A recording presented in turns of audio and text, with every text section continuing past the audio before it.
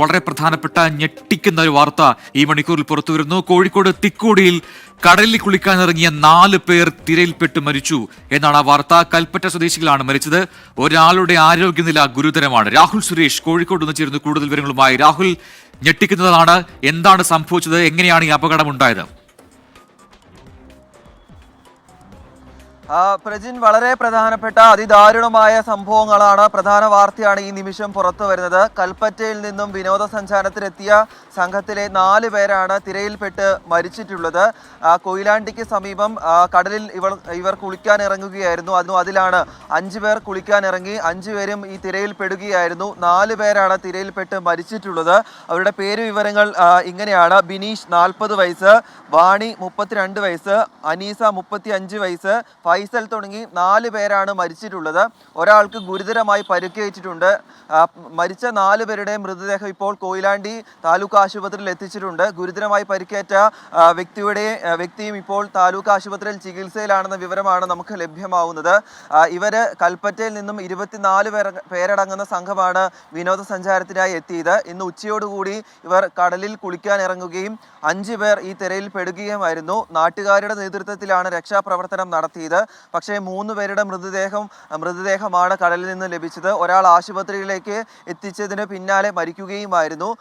ഒരാൾക്ക് ഗുരുതരമായി പരിക്കേറ്റു എന്ന വിവരം കൂടിയാണ് ഈ നിമിഷം പുറത്തു വരുന്നത്. പ്രജിൻ, രാഹുൽ, ഈ അപകടത്തിൽപ്പെട്ടത് എങ്ങനെയെന്നത് സംബന്ധിച്ച് വിശദാംശങ്ങളുണ്ടോ? ഈ ദൃക്സാക്ഷികൾ ആരെങ്കിലും അവിടെ ഉണ്ടായിട്ടുണ്ടോ?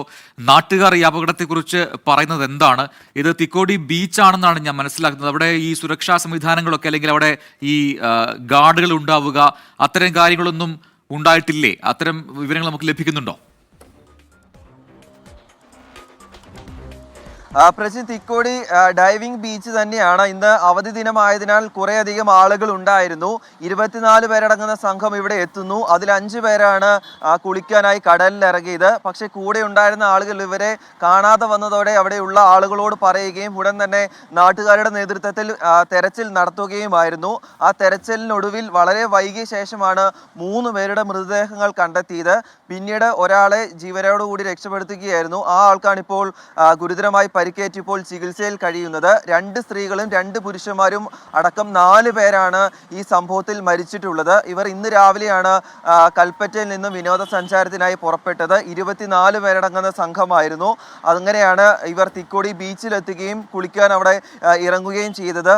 ഇവിടെ മറ്റ് ആളുകൾ ഉണ്ടായിരുന്നുകൊണ്ട് തന്നെ വേഗം തെരച്ചിൽ നടത്താൻ സാധിച്ചു. പക്ഷേ ഇവരെ ജീവനോടെ രക്ഷപ്പെടുത്താൻ കഴിഞ്ഞില്ല എന്നതാണ് അതിദാരുണമായ സംഭവം. എന്താണേലും കൂടുതൽ വിവരങ്ങൾ അവിടെ നിന്നും ലഭ്യമായി വരുന്നതേ ഉള്ളൂ. പ്രജിൻ, രാഹുൽ സുരേഷാണ് വിശദാംശങ്ങൾ നൽകിയത്. കോഴിക്കോട് തിക്കോടിയിലാണ് കടലിൽ കുളിക്കാൻ ഇറങ്ങിയ 4 പേർ തിരയിൽപ്പെട്ട് മരിച്ചത്. ഒരാളുടെ നില ഇപ്പോഴും ഗുരുതരമായി തുടരുന്നുണ്ട് എന്നുകൂടി വിവരുന്നു. ഇപ്പോൾ ഇതുമായി ബന്ധപ്പെട്ടുകൊണ്ട് പ്രതികരണങ്ങൾ വരുന്നു, അതിലേക്കാണ്.